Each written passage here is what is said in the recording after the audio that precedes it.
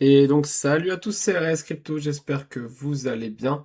Alors du coup, qu'est-ce qui va se passer aujourd'hui? Ben, comme d'habitude, on va faire un petit point sur nos positions. J'avoue que j'ai fait 3 clics pour checker où on en était, mais j'ai pas fait plus que ça. Comme d'habitude, l'objectif c'est qu'on check ensemble. Du coup, on va commencer sur notre dollar néo-zélandais. Alors, bah du coup, gros rush du dollar néo-zélandais, merveilleux. On a eu très chaud ici, on a eu très chaud ici, et puis au final, vous voyez que ça nous a permis de prendre nos deux entrées, de déplacer un petit peu notre point d'entrée principal, d'aller prendre take profit 1, take profit 2, les take profit qui sont des ventes partielles de notre position, et là on est à quelques petits doigts d'avoir la validation complète. Je vais laisser, hein, je vais pas me prendre la tête. C'est si on monte des quelques centimes qui nous manquent, on validera la position complète et on sera bien content. Alors pour cette position-là, on va laisser courir, on s'en fout. Pour le dollar australien contre le dollar canadien, eh ben on travaille toujours dans cette zone. On a pris notre deuxième, je crois qu'on l'avait pris hier aussi. On a pris notre deuxième entrée, ce qui fait qu'on a décalé un peu notre entrée principale. On se retrouve sur une position comme ceci, ok, environ, avec du 2,78 de ratio, ce qui est super intéressant, si bien sûr on part dans le bon sens. Donc on a bien nos buy limit, le buy limit qui sont des achats partiels de notre position, encore une fois, qui permettent du coup de réduire le risque si on redescend et de valider quelques profits pour être serein. Ok. Et enfin, l'euro contre le dollar. L'euro contre le dollar est monté un petit peu. On a pris notre take profit 1. Je mets toujours 3 take profits. S'il y en a un qui a disparu, c'est forcément qu'il y en a un qui a été pris. D'accord. Donc on a pris déjà quelques gains dessus. Et je peux aller vérifier sur mon. C'est toujours du paper trading, hein. Je peux aller vérifier sur mon paper trading. Historique des ordres, historique des soldes, ça sera plus simple. On peut voir que sur l'euro USD, on a récupéré 4,28€ ici. Donc, une partie de ma position a été vendue, logiquement un tiers. Un autre tiers sera vendu ici, et le reste là-haut, si on l'atteint. Du coup, nous, ce qu'on va faire, déjà, j'ai enlevé le deuxième ordre. Ok. Et je vais sécuriser ma position pratiquement au prix d'entrée, avec quelques centimes, confirmé. Ça fait qu'on est très proche aussi de se faire BE, mais ça fait partie du jeu. C'est-à-dire que moi, c'est le principe, si je prends une partie, un gain partiel sur ma position, c'est mon plan, et ben je sécurise ma position. Ce qui fait que si l'on redescend, qu'on va chercher mon point d'entrée ou repasse en négatif, je veux pas, en fait, je ne veux pas tout simplement repasser en négatif. Donc ma position sera sécurisée. Donc sécurisé, sécurisé, pour l'instant toujours en cours. Et NZD-USD qu'on a préparé hier n'a pas été pris. D'accord? On va regarder si elle est toujours prenable. On voit que on a bien monté. On voit qu'ici, on est en train de faire... Non, non, je dis n'importe quoi, je vais dire une divergence haussière, mais rien du tout. On a de la place à la descente. Ici, on est en train de croiser baissier. Ici, on a de la place à la baisse. En 4 heures, on a fait une divergence haussière. Vous voyez, on a un haut, une divergence baissière, pardon. On a ici ce haut-là qui est plus bas. Je vais vous montrer comme ça sera bien plus simple. Tac. On a quelque chose qui monte ici et quelque chose qui descend ici. Ok? Donc ça va pas du tout dans notre sens. Tac, tac. On a notre position qui est placée, qui n'a pas été prise. C'est dommage, si elle avait été validée, on aurait certainement fait un premier profit déjà aussi.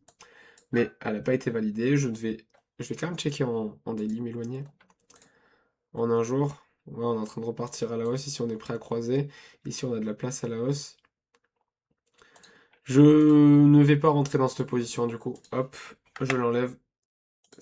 Pour moi, il y a trop d'incertitudes, trop de trucs qui ne vont pas dans mon sens. Hop, j'ai tout enlevé. On y reviendra certainement plus tard. Hop.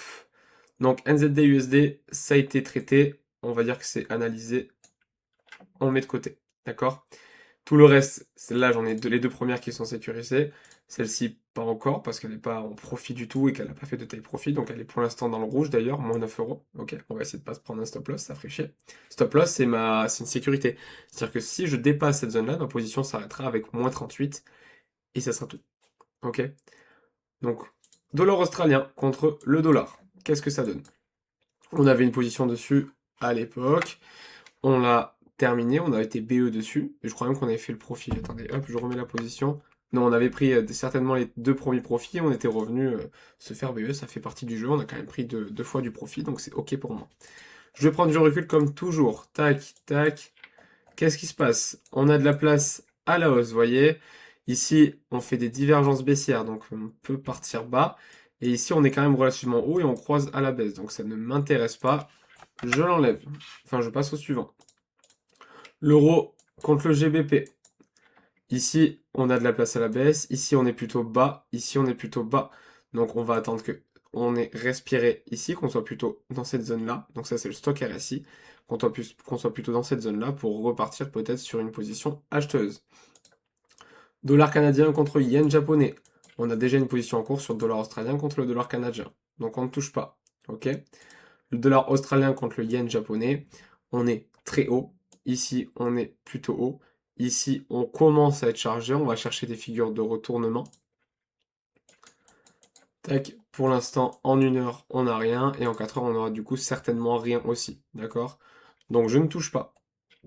Mais j'attends une figure de retournement là-dessus pour peut-être prendre une position vendeuse. Le GBP contre l'USD. On a croisé à la hausse ici. On est toujours en 4 heures, pardon. On va se mettre en un jour. On est en train de partir à la hausse ici. On a croisé à la baisse ici, mais on est peut-être en train de... On va attendre de revenir un peu vers le neutre pour prendre des positions. Et on est plutôt neutre sur le RSI. Donc je répète, ça c'est le MACD, ça c'est le stock RSI, et ça c'est le RSI tout court. D'accord? Donc, on n'a pas forcément quelque chose de fou fou fou, hein. On a peut-être... Attendez, hop. Ouais, si on a une genre de divergence haussière qui se fait. Et on a quelque chose qui a bien respiré ici, qui a bien respiré ici, qui est prêt à partir à la hausse. Si on trouve une figure de retournement, quelque chose qui peut me motiver à acheter, pourquoi pas. Là, je ne vois rien en 4 heures. On a quelque chose qui est propre aussi en 4 heures sur les indicateurs. Et en 1 heure, pareil, quelque chose de propre sur les indicateurs, mais pas de figure de retournement. Pour l'instant, j'ai plus quelque chose qui m'indique que l'on va aller récupérer cette zone-là. Pour moi, qui est une zone de fair value gap, si je me mets en 4 heures. Ouais, voilà. Vous voyez, on a un gros fair value gap ici. Donc toute cette zone-là, tac, toute cette zone-là, ici, c'est une zone de fair value gap. Ok. Donc cette zone-là peut être une très belle zone de rebond, peut-être pour rentrer sur cette position, éventuellement. Est-ce que j'ai envie de rentrer sur cette position? Honnêtement, oui. Honnêtement, oui. Honnêtement, oui. Le seul truc qui me dérange, c'est que là, on est en train de partir à la hausse. Et ici, on est quand même relativement haut encore, on est baissier, donc on peut peut-être aller plus bas. Je vais attendre peut-être une stabilisation dans cette zone, quitte à ce qu'on ait qu'une mèche et qu'on reparte et qu'on ait bien respiré ici, hein.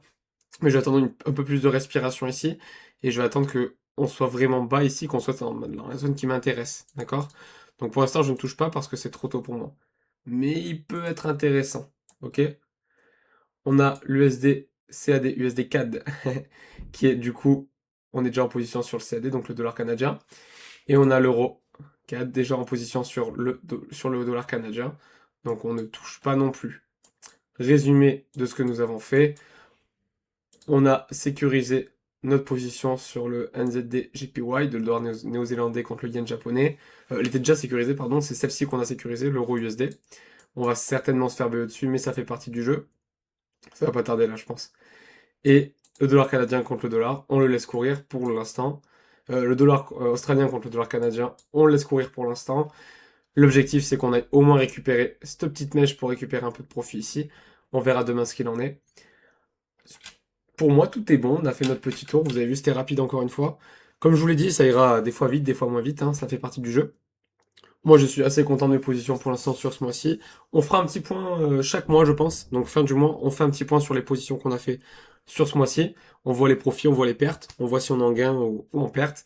Et on fera une petite comparaison par rapport au mois dernier à chaque fois. Ok? Je vous laisse revenir en commentaire s'il y a quoi que ce soit, s'il y a des questions, des choses qui sont incomprises. C'est vrai que je vais assez vite sur certains concepts et certaines figures ou certains indicateurs. Si vous avez besoin de plus de précision, n'hésitez pas. Je vous souhaite une très bonne journée et à très vite sur les graphiques.